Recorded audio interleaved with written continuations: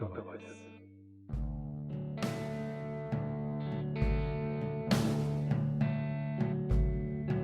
Azul y negro, verde y amarillo. La gran danza en el tiempo de los homínidos. A 400 kilómetros de ese café, cualquier café. A 32 días de unas palabras, de unos mapas, de unas reglas. A 19 vueltas. Arriba. Dunas y mares, gobiernos y religiones.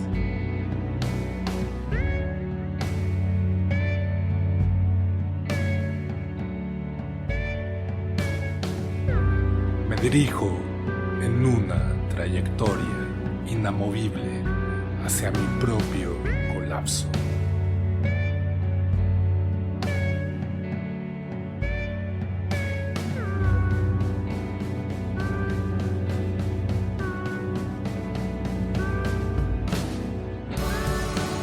Personas humanas y entidades inteligentes, ajusten sus dispositivos de recepción y escucha. Naveguemos por los tiempos en estas ondas de sonido. Transmitiendo desde un punto incierto, a la orilla del camino. Soy el profesor Distopías. Y esto es Futuros Desiertos.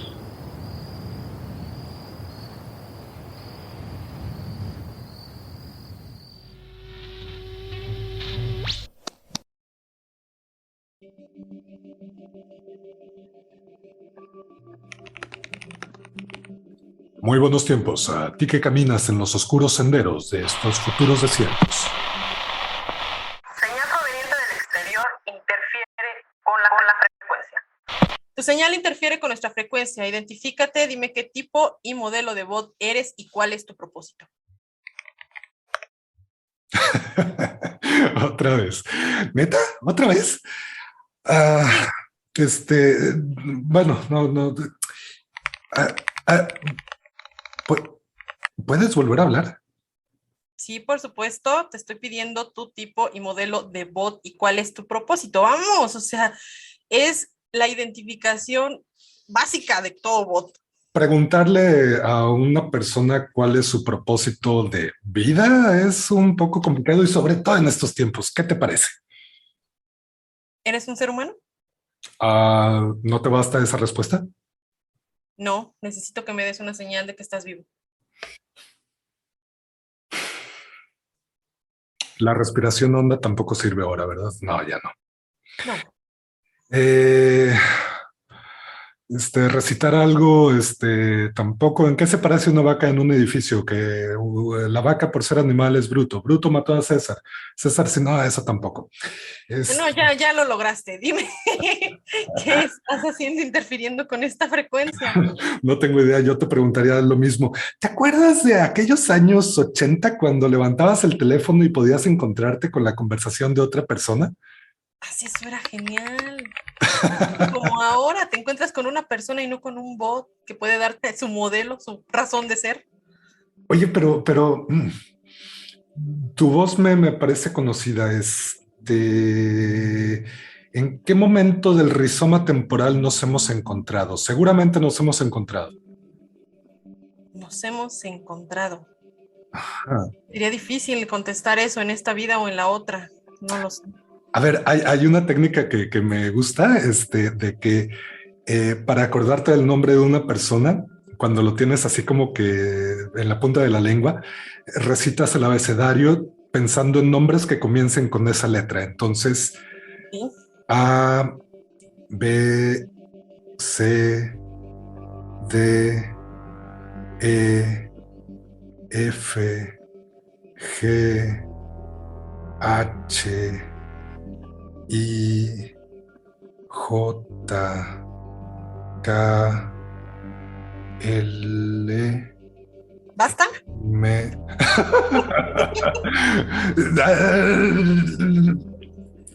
N, O, P. Paola. Justo, Paola. Paola L. Licea. ¿Te acuerdas de mí? ¿Quién eres? Profesor Distopías. Profesor Distopías. ¿Qué estás haciendo aquí? Aquí. Mejor dicho, ¿estás?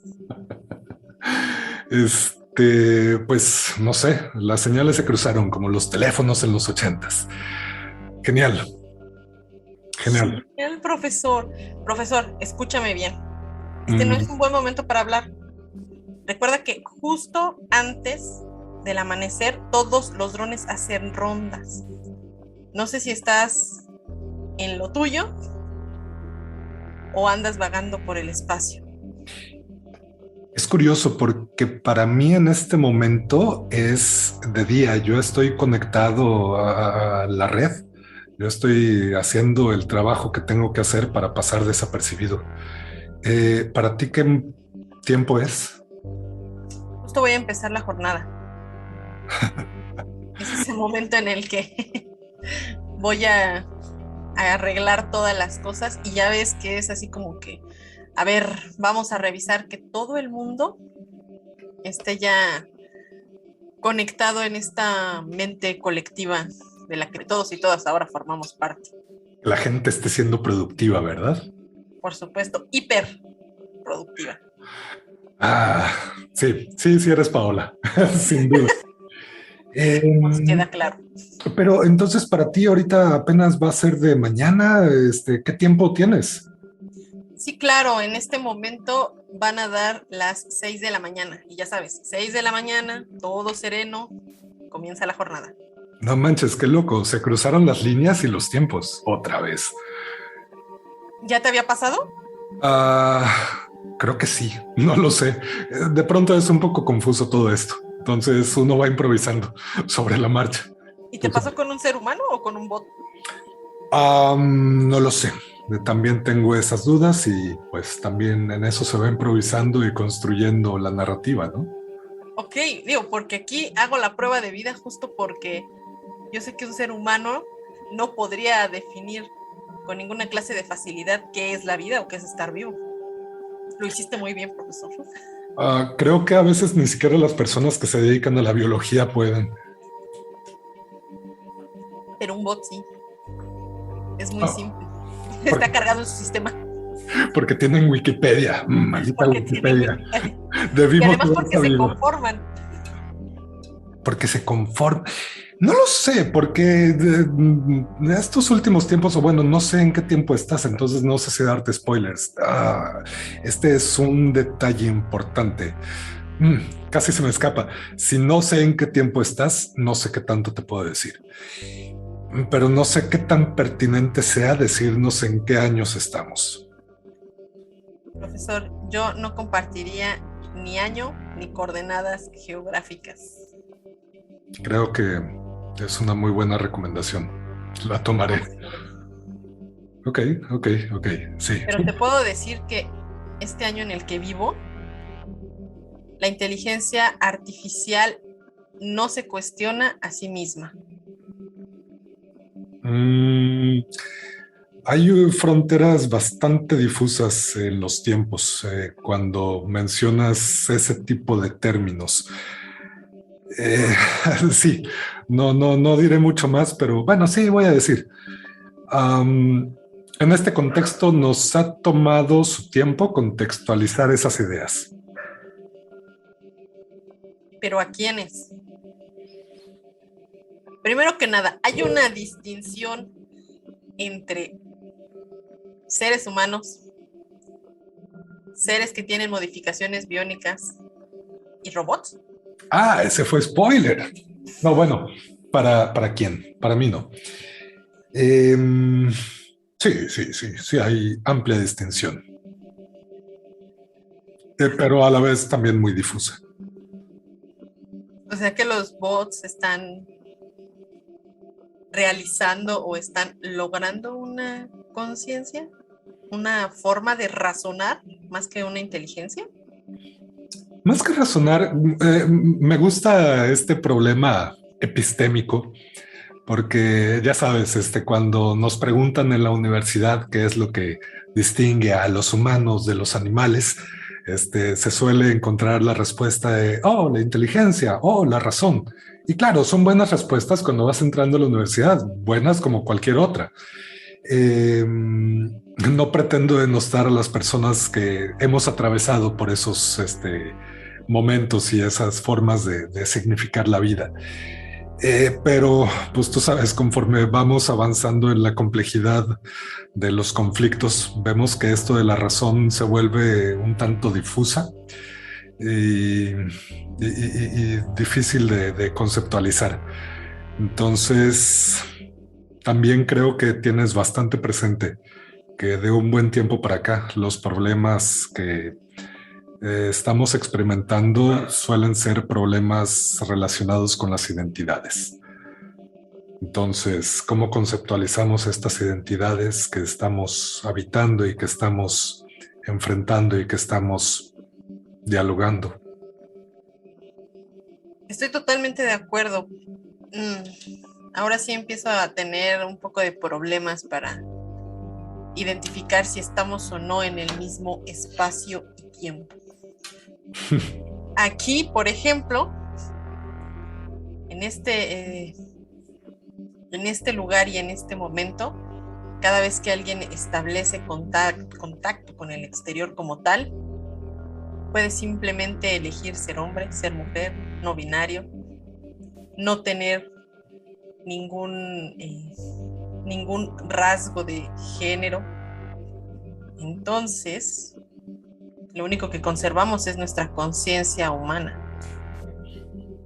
Uy, otro gran concepto. ¿Qué te parece si dejamos a un lado por ahora la noción de conciencia humana? Porque a veces me suele dar comezón, sobre todo por el alcance que, por lo menos en el contexto que estoy habitando, han tenido las inteligencias artificiales, las máquinas, los bots, los drones, que todo son manifestaciones de la misma entidad.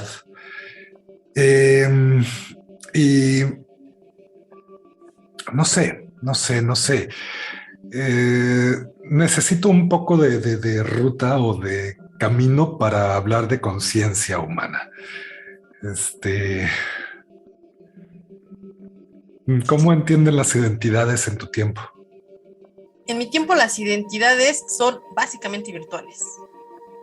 Como tú sabes, profesor, bueno, o quiero pensar que sabes porque no puedo establecer con seguridad nada. Ese mundo vivimos, no se puede establecer con certeza absolutamente nada. La bendición de la incertidumbre. La bendición de la incertidumbre. Así es como vivimos llenos de estrés. Es lo único que el ser humano no soporta y lo tenemos a cantidades exorbitantes. Pero seguimos teniendo Wikipedia.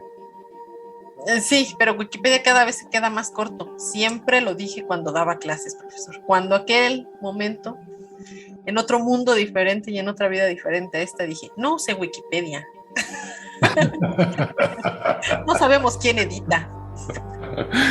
Bueno, ahora sabemos que edita una colmena, una mente colmena. Una mente colmenar, exactamente. Eso es completamente cierto.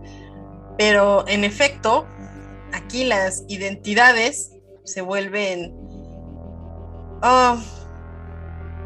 performativas. Ya sabes que en el ciberespacio todo es posible. Y todo es un gran performance y es la gran broma. Exactamente.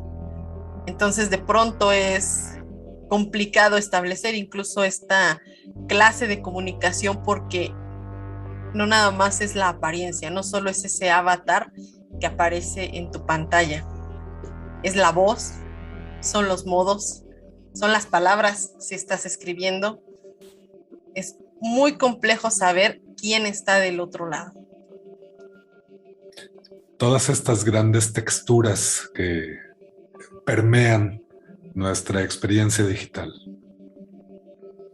Así es, y que además ahora mismo están, se combinan, se mezclan, ya sabes, se entrelazan con las conciencias cibernéticas, ¿no? Es decir, o con las existencias, vamos a llamarlo existencias para no entrar con nuestros compromisos epistemológicos en cuanto a conciencia.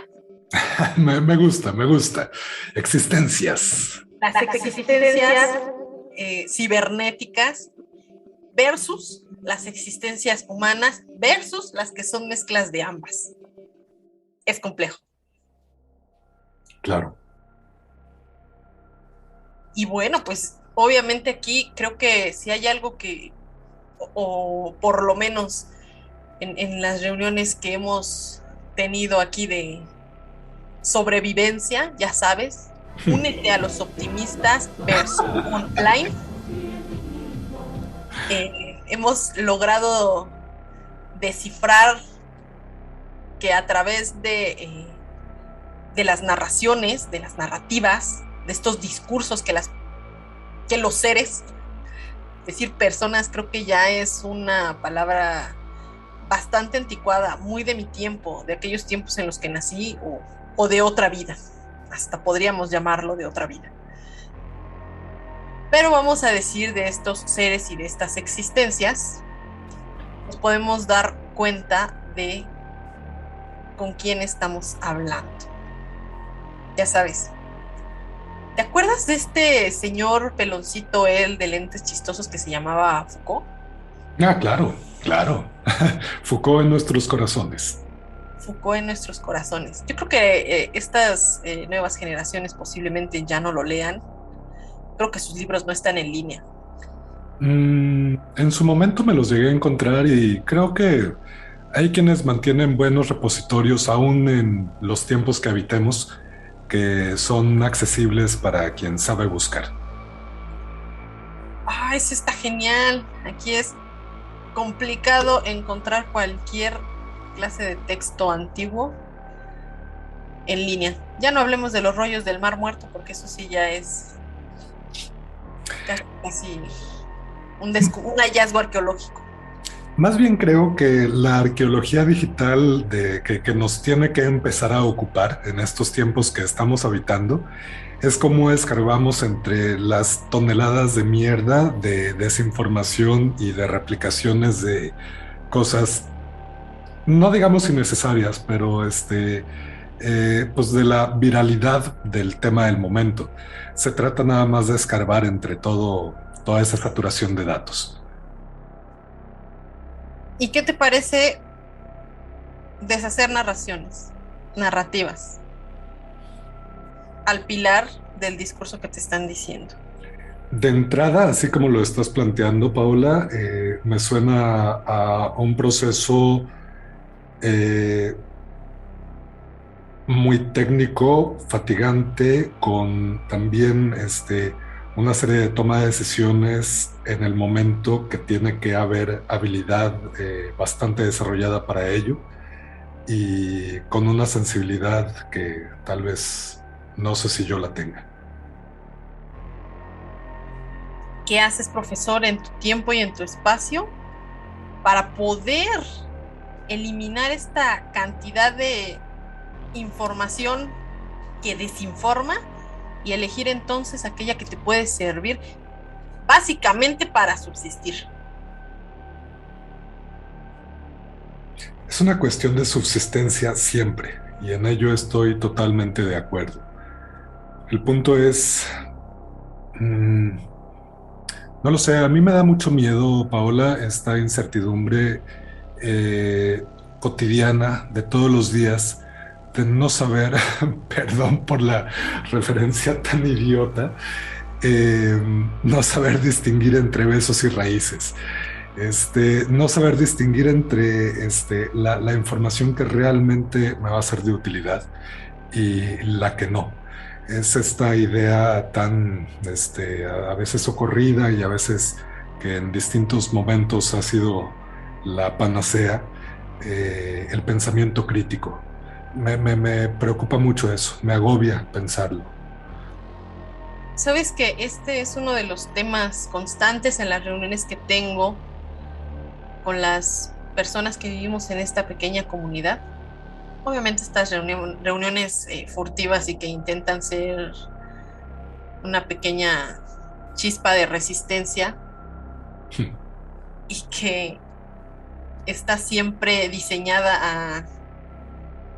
enfocada a definir qué podemos aprender y qué no podemos aprender. A ver, esto me interesa. Sí, ¿qué han encontrado al respecto? ¿Cómo entienden lo que se puede aprender y lo que no se puede aprender? Me interesa mucho esta distinción. Te escucho. Fíjate, profesor, ¿te acuerdas que en algún momento fuiste tú quien planteó en aquel primer contacto que hicimos, hacías una pregunta súper interesante con respecto al ser? ¿Te acuerdas cuál era? La cognoscibilidad del ser. Exactamente. Y entonces aquí hemos hablado vastamente acerca de las situaciones. ¿Y sabes de qué nos dimos cuenta, profesor? La Escucho. cantidad de filósofos, de pensadores, incluso científicos, que han tratado en en estos tiempos y en otros también, por allá, para los que todavía tenemos razón de lo que fue la Grecia antigua. Desde ese entonces, las y los filósofos intentaban dar cuenta y dar razón de lo que era el ser. Y de pronto esto se vuelve una cuestión que no nada más tiene una cara ni una faceta. Es decir, primero habría que definir, y eso no lo logró ni Platón, ni Aristóteles, ni Heidegger, ni Sartre, definir qué es el ser. He ahí una cosa que no podemos aprender. Me encanta la ontología de lo cotidiano. Y no sé si a ti te pasa que despiertas, puede ser despiertas en el ciberespacio, despiertas en la digitalidad del momento, despiertas a la orilla del camino, despiertas en una cama cómoda, despiertas en alguna forma de transporte, despiertas en algún momento del día o de la noche y siempre hay una pregunta a lo lejos. ¿Qué es esto? ¿Qué tiempo es? Y a veces hasta el ¿quién soy? No sé, a mí me pasa que a veces se me extiende como que esta sensación y duro toda la mañana o el tiempo, un tiempo sustancial después de despertar, preguntándome, ¿qué es esto? ¿Qué es esto otro? ¿Qué función tiene? ¿Es cognoscible el ser? Bueno, te voy a decir que hemos llegado a a la conclusión de que todo tiene demasiadas facetas. Las máscaras, las caras, las caretas, que todo presenta son, eh, como bien lo decía Deleuze, que mientras sean virtuales, existen en la posibilidad, aunque no existan en la realidad. Y están ahí y tienen que ser consideradas y tienen que ser pensadas. ¿Estás familiarizado con la física teórica? Un poco, tal vez más especulativamente que otra cosa, pero creo entender un par de principios. Perfecto, la especulación es lo único que nos funciona hoy en día. Recuerda que nuestra única certeza es la de no tener certeza. Me gusta eso. Bueno, pues en el asunto de la física teórica, justo como lo dices, hay un desdibujamiento del tiempo. Una vez que todas y todos ya no estamos, fíjate, en un mundo pandémico que fue como inició este segundo mundo, esta segunda vida, de pronto estábamos tan encerrados en casa que el tiempo dejó de ser importante. Ya daba lo mismo a qué hora te levantabas, a qué hora te acostabas, a qué hora salías, a qué hora te bañabas, si te bañabas o no. Desayunabas a las 7 de la mañana como era costumbre o desayunabas al mediodía, daba lo mismo. Y ahora, en esta onda de home office 24/7 todo el mes, adivina qué, profesor. se aplica el mismo principio. El tiempo deja de existir y de ser relevante, perdón. Y en ese sentido, la física teórica se pregunta si el tiempo realmente existe como una ley universal o es un invento del ser humano. Desde hace tiempo suelo sostener que el tiempo es únicamente un referente de nuestras limitantes perceptuales. Ante ello, sí, lo entendemos como una secuencia inalterable de eventos, pero afortunadamente tenemos los futuros para pensar en el determinismo o en el albedrío, conceptos también bastante interesantes, ¿no? Súper interesantes, profesor.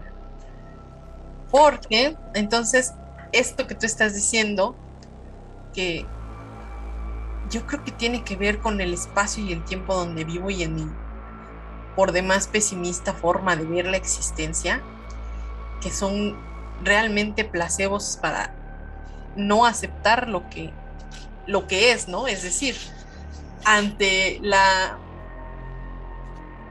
el infinito universo y el eterno, la eternidad de la Tierra, del espacio, nos vemos tan minúsculos con nuestra finitud que ocupamos el tiempo para decir, oye, mira, tú tienes bien poquito, estás aquí tan poquito que ocupas decir, o sea, ocupas marcar cada segundo de tu existencia para poder ver si haces algo.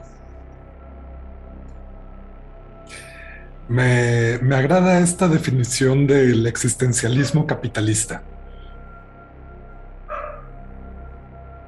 En definitiva, ahora mismo, y tú lo sabes, profesor, cada segundo de nuestro tiempo se trata de producir, sobreproducir, hiperproducir y ser productivo.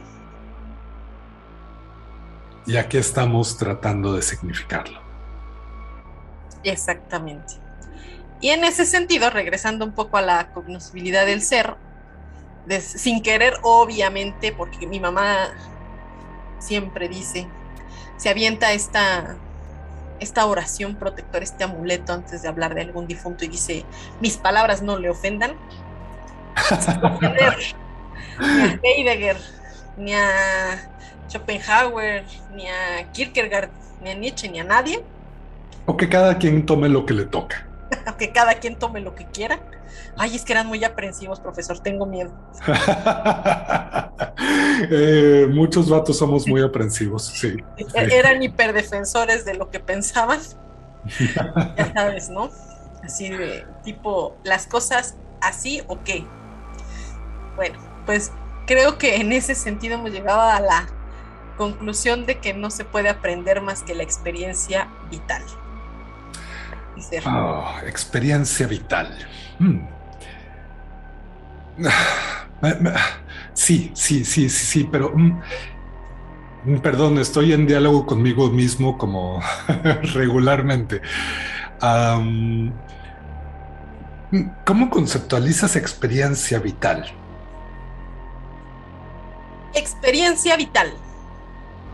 Aquello que un ser, sea cual sea su denominación, autodenominación, experimente durante su existencia. Habrá quienes, en términos tal vez más materialistas, tal vez más pragmáticos, tal vez más, agréguese el adjetivo que se considere pertinente. Anexe su propio adjetivo. Sí. Elige tu propia aventura. Juego de video. Es que, Paola, los multiversos comenzaron con elige tu propia aventura, pero nadie dice nada. Ajá, maldito Mario Bros. El poder pasar, saltarte mundos. Sí, claro. Y niveles. Claro, cierto. Sí. Hay mucho todavía que decir en torno a cómo nos han formado los videojuegos, para bien y para mal. Habrá quienes planteen que el mundo material y de lo orgánico y de las respuestas medibles es lo asequible y las subjetividades son muy bonitas, pero rayan en la metafísica o en la magia, y hasta que se les puntualice como pseudociencias. ¿Tú encuentras puentes ante estos conflictos? Sí, por supuesto. Primero habría que decir o habría que pensar qué es una forma de vida y quién puede definirlo. Acuérdate que nuestro problema justamente epistemológico comienza con, con René Descartes. Sí. Ahí es donde comienza nuestro problema. Y después, pues ya sabes, como todo buen fenómeno social y del pensamiento, pues hace su triple giro copernicano y se convierte en lo que aquel peloncito que ya habíamos mencionado anteriormente llama las ciencias del hombre. Y fíjate nada más, profesor, entonces, érase una vez en que este pequeño ser que había nacido libre, salvaje, orgánico, se convierte en el objeto de estudio de lo que había inventado, que es la ciencia. Así que el ser incognoscible a veces, o por lo menos hasta ahora, incognoscible hasta ahora, se vuelve en un algo, en un objeto que es medible, cuantificable y cualificable. No te vayas, no te vayas, no te vayas. Ey, ¿te acuerdas cuando nos preguntábamos qué haríamos un día antes de que el mundo se desintegre? Cuando escuchábamos al pirata y al señor Lagartija. La neta tengo un chingo de curiosidad de saber qué hicieron ellos justo cuando todo se fue al carajo. Lo que sí es que estoy convencido de que esos cabrones siguen transmitiendo desde lo más clandestino de lo clandestino de la resistencia, ¿eh? He escuchado historias de que ahí siguen. Hay quienes dicen que también están saltando en los tiempos. Seguramente todavía existe el sitio de canaltrans.com. A ver, entra y fíjate lo que te pasa, güey.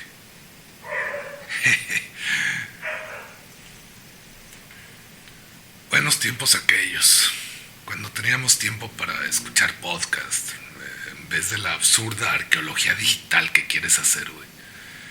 A veces, la neta, me enternece tu ingenuidad, por muy cabrón que te creas. Oye, pero ¿te acuerdas de Rock and Rolls, de Cereza Radioactiva? Te confieso que me gusta bastante el rock de esas décadas, justo sobre lo que hablaba en ese programa. La vida y contexto de las personas que eligieron hacer música. Oye, y por cierto, no creas que no me he dado cuenta de que has estado estableciendo contacto en diversos tiempos con también la biozona y con una ciudad sin héroes. Ándate con cuidado, cabrón. Si sigues jugando con los tiempos así tan fresco y tropical, vas a acabar como yo, pendejo. Oye, pero luego seguimos hablando de podcasts del pasado y así. Güey, desde hace rato que otro pinche dron anda ahí revoloteando, como mosquito, jodiendo el muy cabrón. Está raro porque lo veo algo nervioso y no se acerca donde estás tú, con el otro dron justo sobre tu cabezota, cabrón. Llegó desde hace rato, cuando estabas hablando con el feo, y el morro se puso bien nervioso, güey.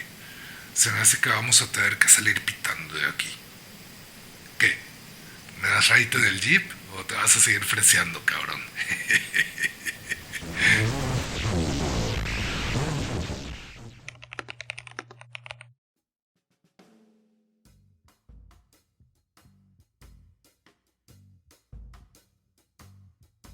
A partir de esto, la ciencia, por supuesto, se apodera de el conocimiento. Es decir, si no es a través del método científico, no es conocimiento. Nada crea conocimiento. O sea, un sistema de conocimiento basado en el poder. Exactamente. ¿Y por qué crees que antes, durante y ahora mismo, en este mundo post-pandémico y post-apocalíptico, el hecho de que te digan reforzado por la OMS, certificado por quién sabe quién, por el colegio de no sé qué tanto, es tan importante para nosotras y para nosotros?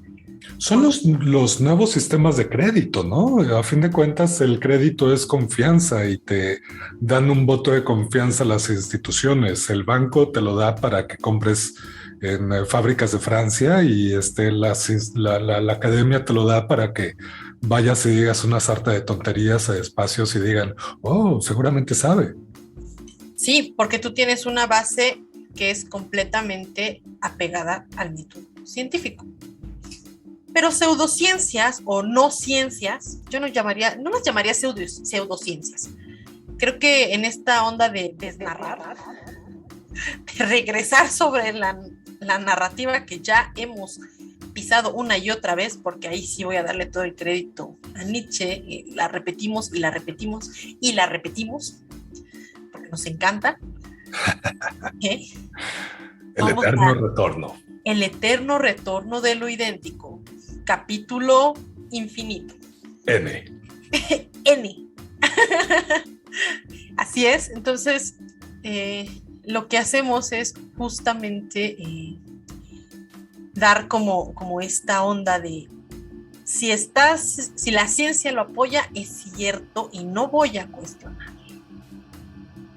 ¿Qué pasa entonces? Te decía con esto que antes llamaban pseudociencias y que yo llamaría no ciencia, que es una onda de no ser ciencia, pero tampoco no serlo. Súper raro. Me gusta esa paradoja, me gusta mucho. De hecho, pues sí, es un buen ejercicio de conciliación entre sistemas de conocimiento. Exactamente. ¿Qué pasa entonces con la filosofía? Que sí o sí es una forma de pensar. ¿Qué pasa con la literatura? Que sí o sí es una forma de pensar. Y obviamente la ciencia, que claro, sí o sí también es una forma de pensar. Lo que pasa es que las dos anteriores parecieran tener un cariz completamente metafísico, ¿no? Que es detrás de lo físico, detrás de lo palpable. Seguramente has topado este concepto de sentipensar. Sí, claro. ¿Cómo sentipiensas el concepto de sentipensar? Yo hace una vida, o dos tal vez, estaba enamorada del concepto sentipensar, hasta que me di cuenta de algo que es súper, o sea, que era como caer nuevamente en este discurso de el que siente no piensa, muy cartesiano, porque cuidado, nuestros sentidos nos engañan, el genio maligno nos acecha, ya sabes, ¿no? La dualidad continua en nuestras realidades. Exactamente. Entonces, sentipensar es decir que yo siento y pienso, y no. Que me disculpe el sentipensar, pero mi sentimiento crea conocimiento, sí. Claro que sí. ¿No es medible? Posiblemente no sea medible. ¿No es cuantificable? Posiblemente no sea cuantificable. Ni siquiera puede ser cualificable a veces. Pero la onda de sentir crea conocimiento también.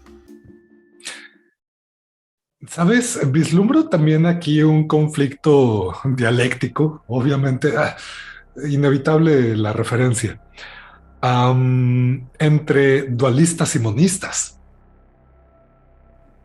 Sí, claro, pero por supuesto, es que esa es la onda, que en estas nuevas narrativas, profesor, en estos nuevos discursos, ya no podemos ser dualistas. Es decir, ¿cómo separas? Recuerda que en esta onda del dualismo, uno de los de los principales dualismos, este que estaba presente, que era pilar y fundamental, es separar a la mente del cuerpo. Claro. Profesor, ¿tú puedes ser mente y no cuerpo? ¿O cuerpo y no mente? En Neuromante se establece que existe la posibilidad. Es narrativa de ciencia ficción. Buscamos eso en el desarrollo de pues nuevos esquemas de conocimiento que nos permitan manipular la información a la que podemos acceder, que sea plausible en alguna línea del rizoma temporal. Es complicado, sin duda. Es complicado. mm, no es complicado. Ahí te va lo que yo pienso de manera súper caprichosa y posiblemente hasta irresponsable, porque me encanta ser irresponsable cuando es lo mío. Es que cuando pienso, por ejemplo, en un avatar digital, que ya habíamos tocado un poco, profesor, Claro. eso no es tu conciencia, tu forma de, tu mente, la que elige crear ese avatar, de cierta manera. Solo quiero hacer el apunte en esta interacción que seguramente está quedando registrada porque, no te lo había comentado. Esto está quedando registrado para ser emitido en una transmisión alrededor, no tengo mucha claridad, es entre el año 2020-2022. Es lo único que puedo decir de hacia dónde se dirige esta eh, transmisión al vacío. Eso está genial. Posiblemente si alguien pudiera respondernos y nos encontráramos en un agujero negro y sobreviviéramos a él. ¿Sabe? Sí. Sí, en esta distorsión del espacio-tiempo. Justamente ahora que estás mencionando distorsión del espacio-tiempo, creo que estoy recibiendo más interferencias. Te propongo, tenemos pendiente hablar sobre precisamente conciencia, que lo acabas de plantear nuevamente y creo que ya tenemos el bagaje necesario para hacerlo. Te propongo que hagamos una breve pausa. Me parece bien. No te vayas.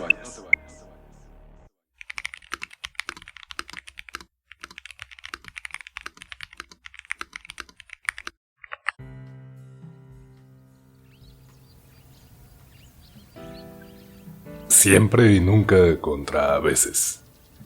Había una vez dos veces. Una se llamaba una vez y la otra se llamaba otra vez. Una y otra vez formaban la familia a veces, que vivía y comía de vez en vez. Los grandes imperios dominantes eran siempre y nunca, que, como es evidente, odiaban a muerte a la familia a veces. Ni siempre ni nunca toleraban que los a veces existieran.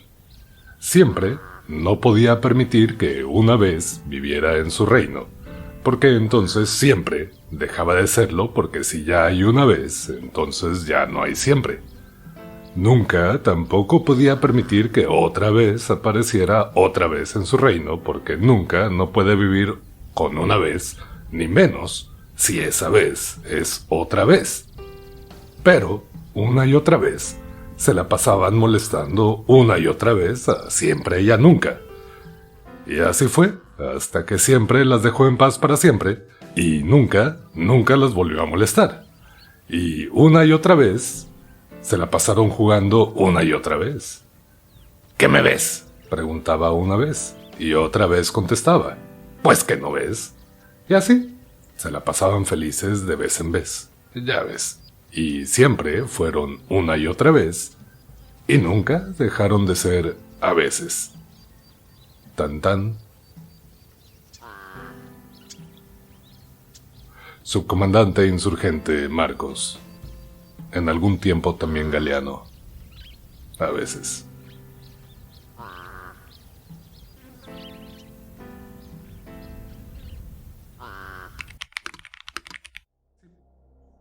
esta entidad que nos permite percibirnos a nosotras y nosotros mismos, es decir, estamos conscientes de qué somos, cómo somos, etcétera, etcétera, aunque no podamos definirlo, que eso es importante decirlo, o sea, el hecho de estar conscientes de que somos seres humanos no quiere decir que tengamos todavía la capacidad de definir qué es el ser humano. Claro, totalmente. ¿Ok? Y después tenemos esta otra conciencia que es la conciencia colectiva, que ya tiene que ver más con la onda de la otredad. Sí. Sí, me encanta el concepto de otredad. ¿Qué tanto? Y bueno, también te planteo la idea. ¿Te sentirías cómodo desarrollarlo en torno a mente colmena, que también ya surgió por ahí el concepto hace rato? Mente colmena, hecho. Y jugar también con el concepto, lo que surja, vamos a improvisar cómo lo significamos, nada más como que te dé esa ruta. Estamos en la onda de lo que sí podemos pensar, ¿no? O sea, ¿qué sí podemos aprender y qué no podemos aprender, por ejemplo, ¿no? Que nos desviamos, de ese punto nos desviamos en el momento en el que yo hablaba de experiencia vital. Chinga, ¿dónde era?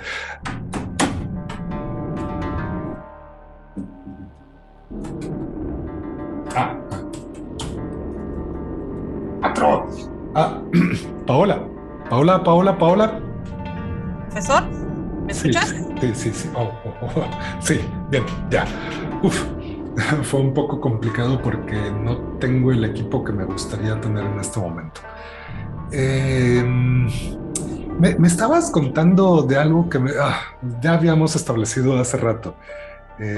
Vamos a hablar de conciencia, pero ahora con las bases que ya hemos ido desarrollando. Ok, conciencia. ¿Cómo propones que entendamos en este momento la conciencia? La conciencia podríamos entenderla, y que conste, profesor, que cada quien tiene sus compromisos epistémicos. Me gusta, me encanta ese concepto, compromiso epistémico. El compromiso epistémico, a eso que uno recurre cuando todo lo demás ya se le acabó. Para mí ahora son las distopías, evidentemente. Para ti, ¿cuál es tu compromiso epistémico ahora? Mi compromiso epistémico es el repensar todo. Repiensa. Vivimos en un mundo cambiante y ocupamos que todo cambie. Te voy a decir una frase que me encanta de Clarice Lispector. Ok. Clarice Lispector es una escritora brasileña. Fíjate que en algún momento, profesor, hace como 2 o 3 vidas, yo di un círculo de lectura cuando todavía podemos tener ese contacto virtual humano. Creo saber entonces en qué línea de tiempo estás o en qué rango de línea de tiempo, pero bueno. No lo diga, profesor. No, eso será tema para después, porque ya recuerdo cuál fue la Paola que contacté en aquella ocasión. Va, continúa, por favor. Y entonces Clarice Lispector decía, los nuevos temas requieren un nuevo lenguaje. Y me encantaba. Me encanta, porque entonces esto implica que si el lenguaje es como esa tubería que hace llegar todo a todos lados, es decir, nos podemos comunicar, comunicación es la palabra, nos comunicamos a través del lenguaje, nos entendemos a través del lenguaje, y si esto está cambiando porque el tiempo está cambiando, entonces tenemos que repensar cada palabra que decimos. Entonces yo diría que epistémicamente estoy casada con el repensar. Así como lo planteas y que ya me estás dando algunos puntos de referencia para entender la conciencia, ¿tú piensas cada palabra que dices? Sí, por supuesto. ¿No te parece cansado? Sí, claro, por supuesto que es cansado, pero hay una razón por la que no hay nada más peligroso que nombrar. Las palabras son súper peligrosas cuando simplemente las dejamos salir así porque sí. Ya te comentaba yo, me gusta ser irresponsable, pero no tanto.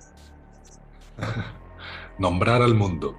Nombrar al mundo. Y si lo nombramos violento, yo creo que alguien dijo mundo pandémico. Y mira, existió. Ahora lo tenemos. Ahora aquí está. Estamos viviendo en él. Y es por eso que yo creo que obviamente tú tienes bien hechas las palabras que generalmente utilizas y nunca vas a confundir gimnasia con magnesia. No termino de entender qué es gimnasia y qué es magnesia. Entonces, eso complica las cosas. Ok, es un dicho viejísimo que hace referencia a cuando estás confundiendo dos palabras que se parecen, pero que conceptualmente no tienen absolutamente nada que ver. Es que hablas de narrativas, hablas de la significación física que pueden tener estas narrativas, y de cómo es que actuamos en consecuencia. Es lo que trato de discernir a partir de lo que hemos estado hablando pues, en este tiempo, en esta interacción. Entonces, las palabras se significan a sí mismas. Las palabras no se significan a sí mismas. Las palabras tienen un concepto que nacen, crecen, se desarrollan y evolucionan con un entorno histórico. Los conceptos son el campo de batalla de la historia misma del ser humano. Lo que ayer significaba una cosa, hoy ya no significa lo mismo.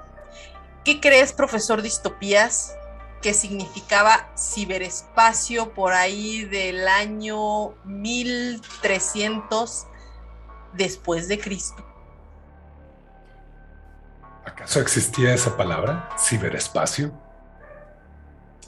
Y si hubiera existido como ahora mismo, creo que podrías tú decirme una palabra que en mi espacio-tiempo no existe y alguien hubiera podido pronunciarla por allá, ¿qué hubiera significado?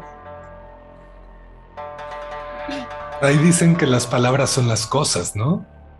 Exacto. Pero ¿qué cosas estamos tratando de significar, de reconceptualizar? Y también importa quién las dice. Importa quién las dice, dónde las dice, cómo las dice y desde dónde las dice. Un día, profesor Distopías, por allá del año 2019, 2022, un día alguien va a poner a juicio todo lo que estamos aquí diciendo. La barbarie que nos estamos aventando. Ya pasó y volverá a pasar. Si regresamos un poco al concepto de conciencia, fíjate qué interesante. Porque siempre recurrimos a este referente, o yo siempre recurro a este primer referente histórico que es la Grecia antigua, y que de pronto nos decía que la conciencia es esa entidad a partir de la cual nos reconocemos primero a nosotras y nosotros como seres humanos. Y hay una forma que conjunta las dos, que es esta de reconocernos a nosotras y nosotros mismos, esta entidad, y luego nos permite reconocer a los otros. Y un ejemplo muy padre de esto, de ambos, es, ¿te acuerdas de esa historia del niño que fue criado por gorilas y que luego se creía un gorila raro? Más o menos, ¿puedes profundizar un poco en ella? ¿Te acuerdas, profesor, de aquella historia del niño que es criado por gorilas y que entonces él se cree un gorila pero raro? Me hace eco. Si me la recuerdas, te agradeceré. Este era un cuento infantil. En aquel entonces, profesor, podríamos llamar infantil, y creo que tú podrás conectar este concepto. Fíjate cómo, hablando de los conceptos, surge esto. Podrás conectar este concepto con algo que tú experimentaste en tu tiempo-espacio, en esta vida, o en esa vida que tú estás viviendo, o en otra. Hoy por hoy, como en la parábola del sembrador, como la protagonista, las líneas de la infancia, adolescencia, adultez se ven completamente desdibujadas, y tal vez muchos ya no podrían asimilar el mismo concepto de infancia infantil. Pero creo que tú y yo sí estamos en el mismo canal, en la misma frecuencia, y sabemos lo que era un cuento infantil, ¿no? Una infancia. Tuvimos la infancia en los 80, entonces, claro. Así es, era de, eso no lo puedes ver porque es para adultos. Eso no lo puedes escuchar porque es para adultos. Eso, así. Ahora claro. Eso ya no será. Ya cada quien se cría en este ciberespacio como puede.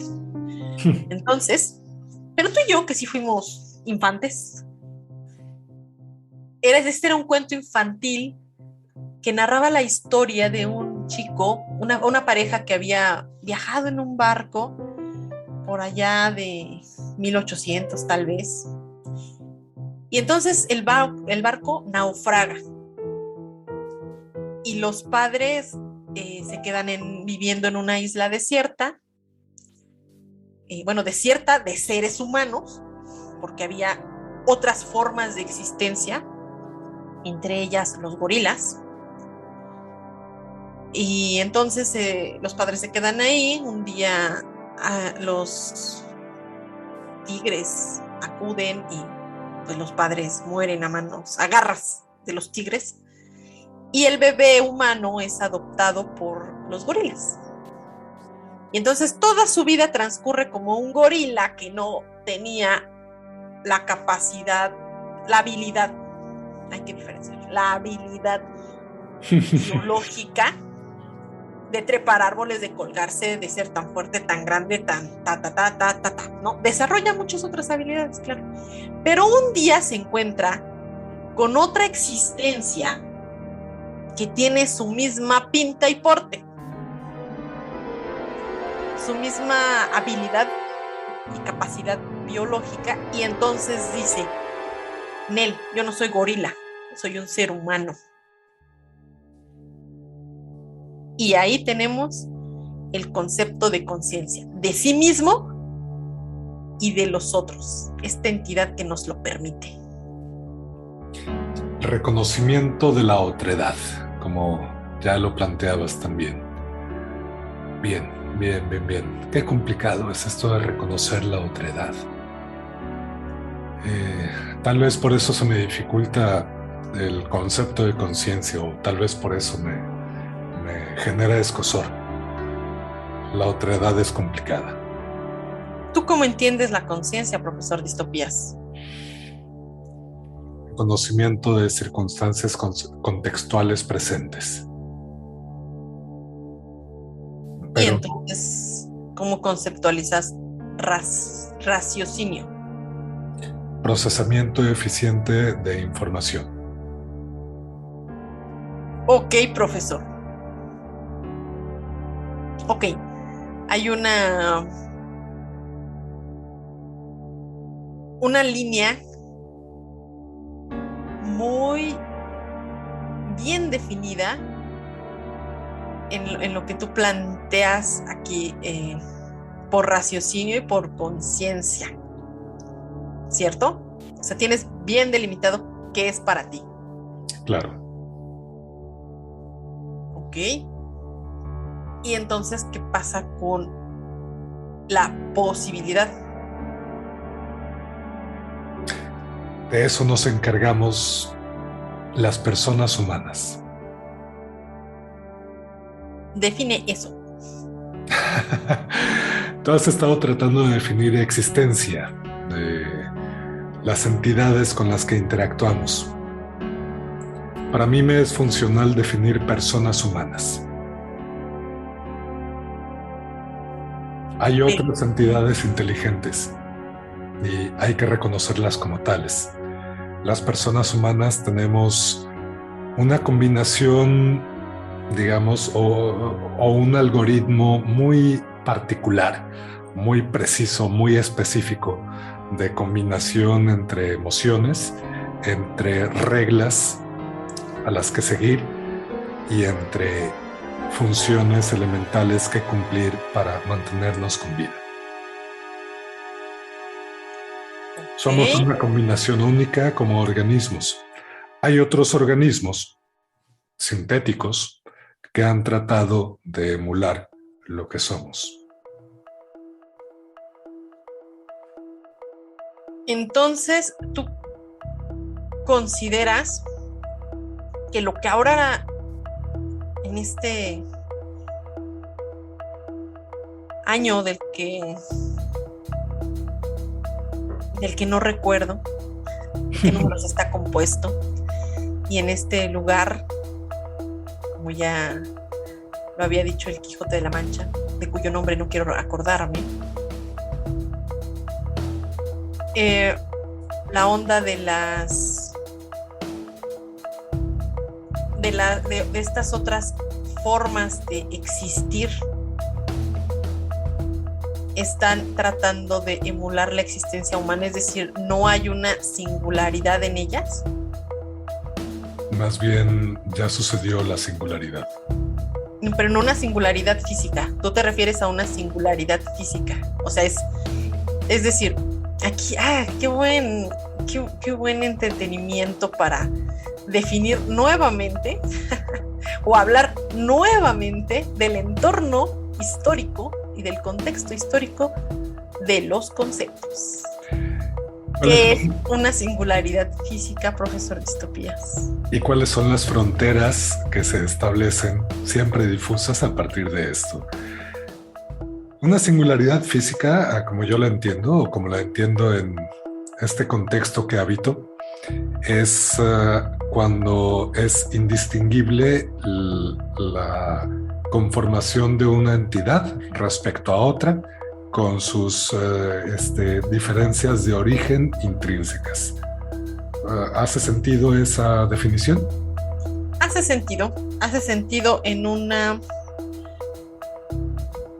cuestión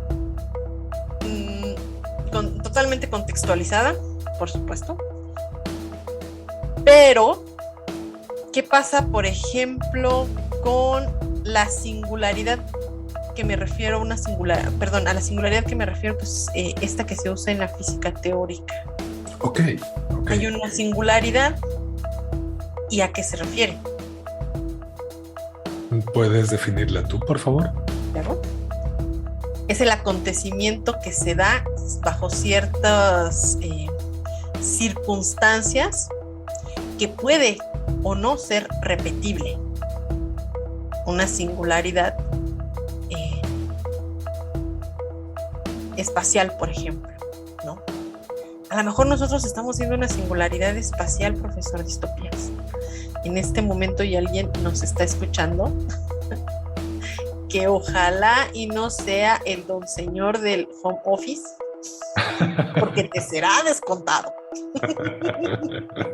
¿Te refieres a Amazon o a quién? ¿En quién es en tu realidad? Porque justo a mí me queda clarísimo que este cruce de líneas, de cruce de señales, es resonancia o reverberación de una singularidad. No es algo precisamente nuevo para mí. Entonces, en algunas realidades le nombran Amazon, en algunas realidades les nombran drones, en algunas les nombran bots, como tú le nombraste. En algunas hay muchas formas que tenemos para nombrar. Y creo que es seguro establecer contacto, porque tal vez este sea el único que tengamos por este canal. Y si nos volvemos a encontrar, no seremos quienes hablamos en este momento. Bueno, voy a confiar en tu palabra y pensemos que es lo que en algún momento, por allá en otra singularidad, llamábamos espacio seguro. Y entonces te voy a decir que en este espacio-tiempo, profesor, nos hemos vuelto prostitutas y prostitutos de la productividad. Simplemente le trabajamos a muchas personas y a quien mejor nos pueda pagar. Oye, pero esa productividad que tienen en esa realidad, ¿les va a ayudar a alcanzar la singularidad esperada? ¿O creen que les vaya a ayudar? Yo creo, profesor, y qué bueno que tomas esto para retomar el concepto de conciencia, que en que hay un tipo de conciencia que tú sabes, profesor, es individual, ya sea que la defina un poco yo con esta onda de poder saber quién soy sin poder definirlo, es decir, yo sé que soy ser humano, pero no puedo definir qué es un ser humano, sino a través de sus imposibilidades y de sus negaciones, como lo decía Agamben. Y es decir, o sea, yo sé que no soy perro, ni gato, ni tortuga, pero no puedo decir que sí soy, ¿no? Ni como en otros contextos aluden también a helicópteros. Exactamente. Ya sabes que Nostradamus dijo, los pájaros de acero, hoy son aviones. Y así vivimos. Pero Creo entonces, que eventualmente también desarrollaremos habilidades biónicas.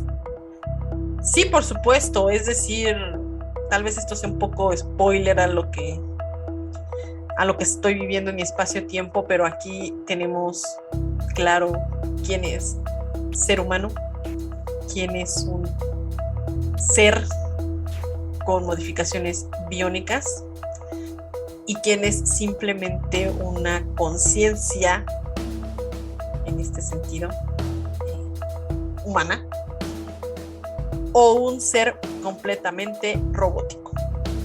Es decir, aquí lo vemos de todo. En la onda de los... No sé cómo llamarlo. En otro momento, cuando esto empezaba y éramos...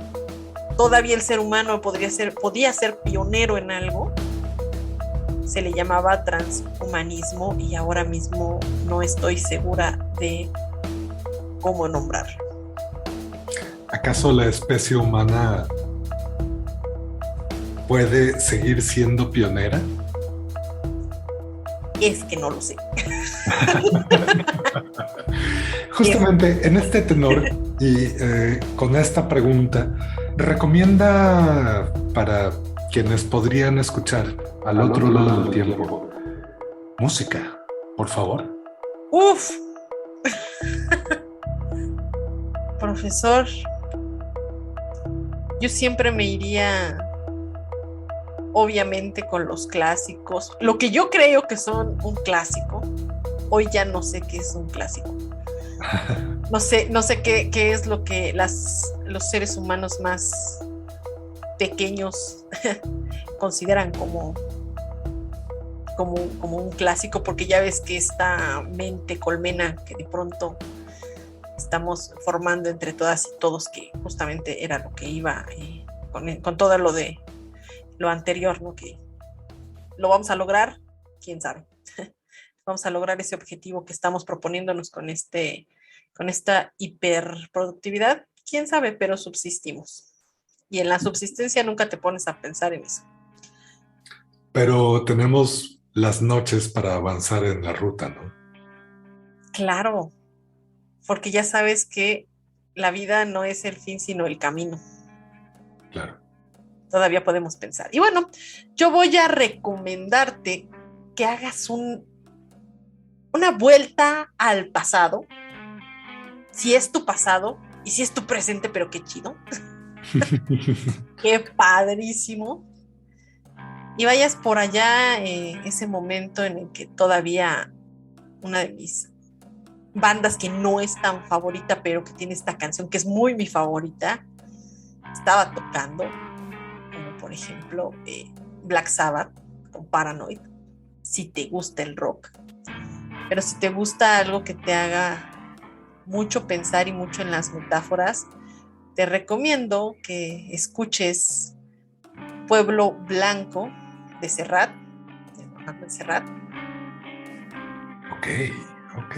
Es bellísimo, era increíblemente bueno para las metáforas. Dame un spoiler de las metáforas. ¿De qué habla Pueblo Blanco?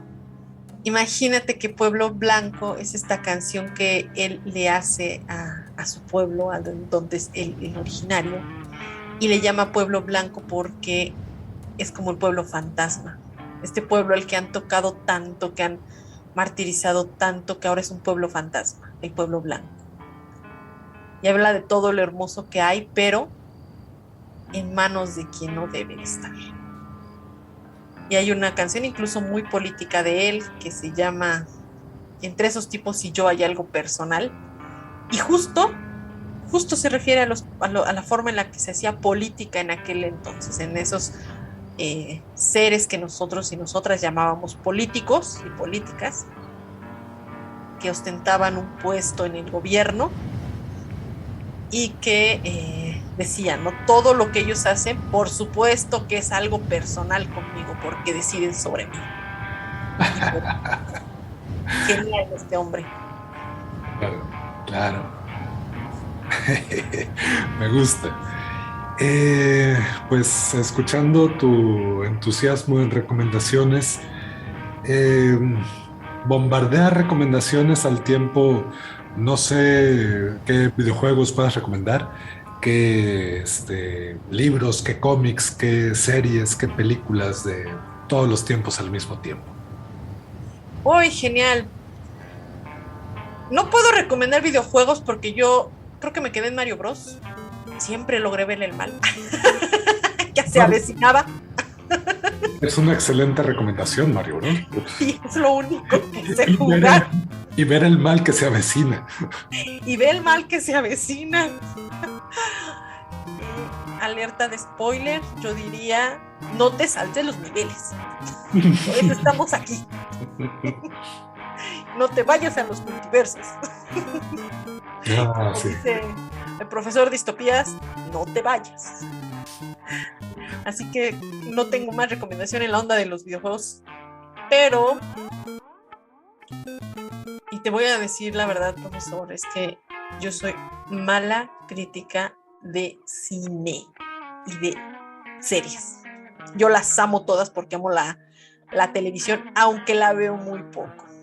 Casi no tengo tiempo de verla.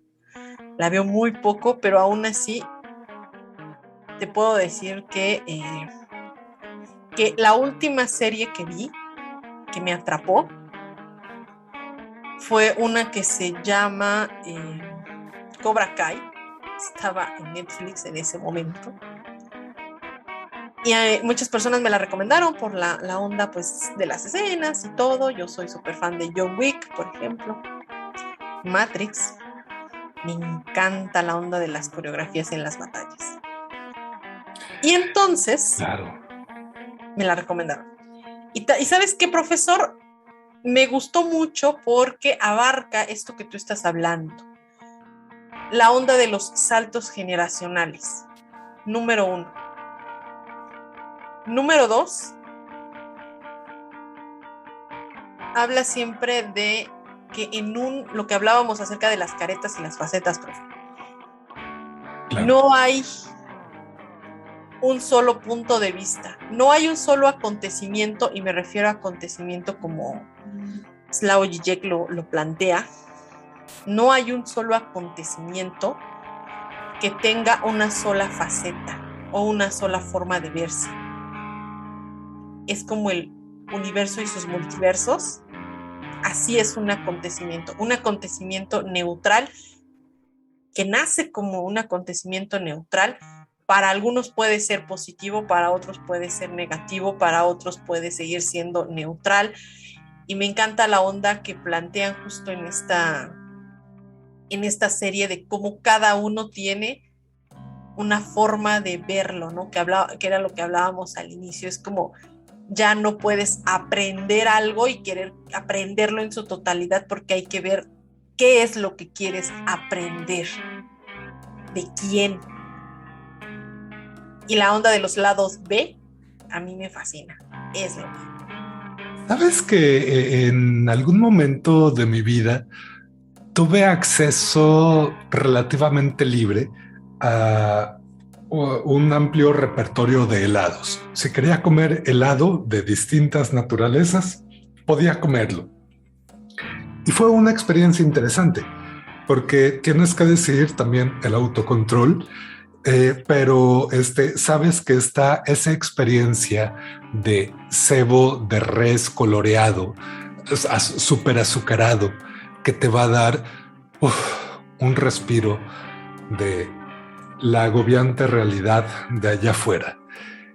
Y eso me pareció Cobra Kai cuando lo vi y me encantó justamente por ese placer tan culposo de que es una narrativa superficialmente torpe y repetitiva, casi, y esta no es una comparación que con la que me sienta cómodo, al contrario, pretendo polemizar con esto. Podría ser comparada con El Chavo del Ocho, pero no, justamente por estos dilemas éticos que estás planteando. Tiene su profundidad moral en toda esta secuencia de temporadas que maneja. Entonces, no es un producto, bueno, más bien, es un producto como lo fue Stranger Things, que también me genera estas sensaciones agridulces, pero que es tan cómodo que pues abrazamos eso en nuestros tiempos de crisis, ¿no? Sí, definitivamente es algo que yo pensaría, profesor, que en esta, por ejemplo, en esta serie de Cobra Kai es abrazar lo cierto. ¿Y qué tenemos de cierto? Que ya vimos las películas. Todo el mundo conoce Karate Kid y Karate Kid 2, la de Continúa, la de cuarta versión, etcétera, etcétera, ¿no? Y entonces de pronto nos da la sensación de que pertenecemos a ese espacio, a esa generación, formamos parte del salto generacional que se muestra en la serie, ¿no? Que tenemos a este cuate que no sabe usar el teléfono, una tablet, que no sabe que la computadora, la laptop tiene que conectarse para que siga viva, etcétera, etcétera. Y que está tan atrás, pero tan atrás, como aquel que cree que solo existe una sola forma de aprender, de enseñar, de ser y de existir. Y de encerar y pulir. Y de encerar y pulir, exactamente. Y entonces te das cuenta, profe, que cuando él plantea esto, aunque su sabiduría es bellísima, zen, alinea las chakras y demás, ¿sabes qué? Necesita barrio. No, y además todas y todos somos como Frankenstein. Tomamos de aquí un brazo y me lo pongo, y tomamos de allá un pedazo de cabello y me lo pongo, y tomo de por allá una pierna y me la pongo.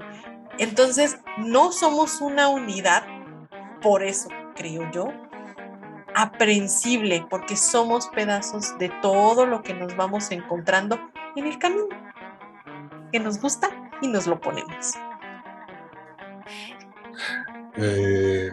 Puedo estar bastante de acuerdo, significativamente de acuerdo con esto que estás planteando. Entonces creo que es complicado deshacernos a nosotras y a nosotros hasta las partes más simples, puede que nunca llegue a pasar. Por eso la onda de la cognoscibilidad del ser a mí es una idea que se me complica porque requiere de un pensamiento absolutista. ¿Cómo lo hizo? Mis palabras no los ofendan. Heidegger, Kant, Kierkegaard, Sartre, Schopenhauer, etc, etc, etc. Pero llegó Galeano con su idea de que las utopías sirven para seguir avanzando. Y es que ahí hay otra cuestión y que nos hace un puente bellísimo, profesor, con la onda que habíamos hablado con respecto a no solo la ciencia crea conocimiento, la literatura es una forma de pensar, de ver el mundo. ¿Y qué tenemos? Bueno, que en las utopías, en las distopías que se presentan en la literatura, esta nos hace repensar el mundo en el que existimos y crear otros mundos posibles. Con la masa que hay aquí, amorfa y todo que tenemos, creamos otros mundos posibles. ¿Sabes cuál también es el riesgo, Paola? Que nos pueden reescribir las historias. Y ese siempre será una posibilidad utópica y una posibilidad distópica. La que te reescriban la memoria. Uy. Porque tú sabes que el riesgo cuando nos desconectamos es que empiecen a instaurarnos narrativas que nos lleven a creer que somos otras personas. Pero, como en toda memoria digital, dispositivo electrónico, y me refiero en el sentido de que utilizamos impulsos eléctricos, queda la reminiscencia. En algún momento, profesor, va a haber un déjà vu que nos diga que algo está fallando en el sistema.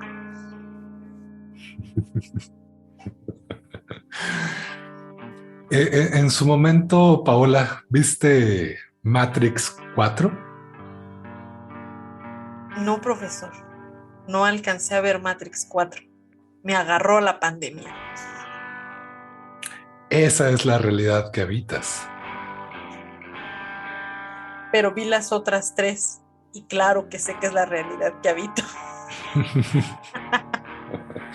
Ok. Pero ¿sabes qué me encantaba de la onda de Matrix? O a lo mejor, y esto me hubiera encantado en su momento comentarlo con Rafa, que era un experto, que en otra realidad hicimos contacto, es que de alguna manera en esta mente colmena que significa ser parte de la Matrix, también nosotras y nosotros la estamos creando. No todo nos es dado. Todavía hay puntos de fuga. Uy, pero justamente los puntos de fuga son los hilos. Puede ser, pero ya sabes que el sistema es poderoso. El sistema falla y es lo único que logra reiniciarse. Espera, Paola. Sí. Reiniciarse como justo en esto. Paola está por reiniciarse esta cosa. Profesor, te pierdo.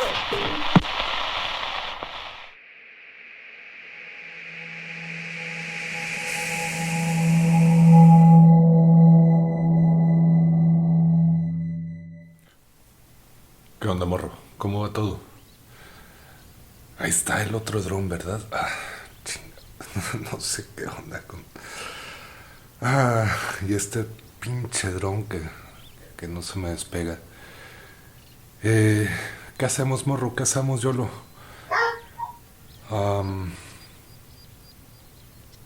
¿Agarramos camino o qué onda? Ya viste que ahí viene el otro dron, ¿verdad? Tú agarra camino. Yo lo distraigo. Creo.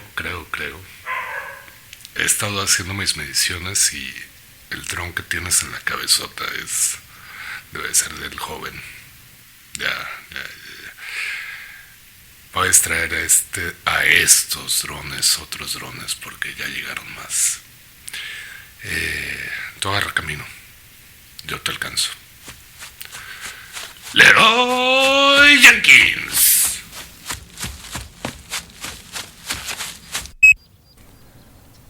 Ay, güey, ahí bien, ahí bien. Morro, Yolo, súbanse al jeep. Chica, madre, la gasolina. Súbanse al jeep, súbanse al jeep.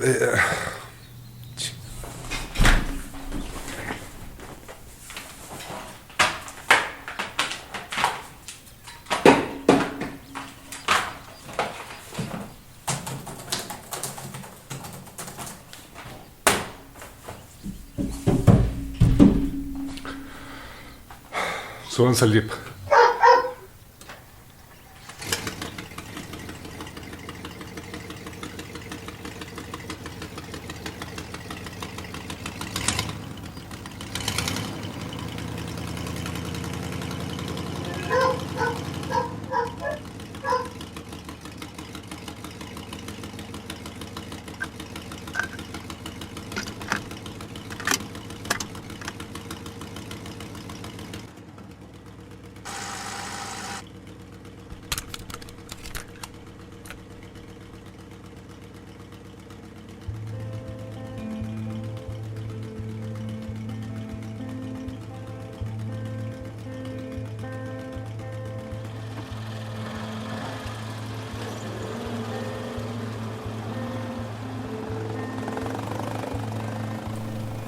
Atención, este es un mensaje a la humanidad. Atención. Cuando el poder deviene biopoder, la resistencia deviene poder de vida. Poder vital que no se deja de tener en las especies, en los medios y en los caminos de tal y tal diagrama. ¿No es la fuerza procedente de la fuera a una cierta idea de vida? ¿Un cierto vitalismo en el que culmina el pensamiento de Foucault? ¿No es la vida esa capacidad de resistir a la fuerza? Deleuze, Foucault, 1987. Lo patológico es quizá esa experiencia en la que aún es posible vislumbrar la suprema potencia humana, una que estaría hecha de poder y de no poder, de potencia y de impotencia, de perfección y de error. Es precisamente este carácter indecidible lo que la hace refractaria a toda finitud y le permite dar entrada a posibilidades aún no exploradas, evitando con ello el cierre ontológico del ser, el círculo perfecto de la finitud.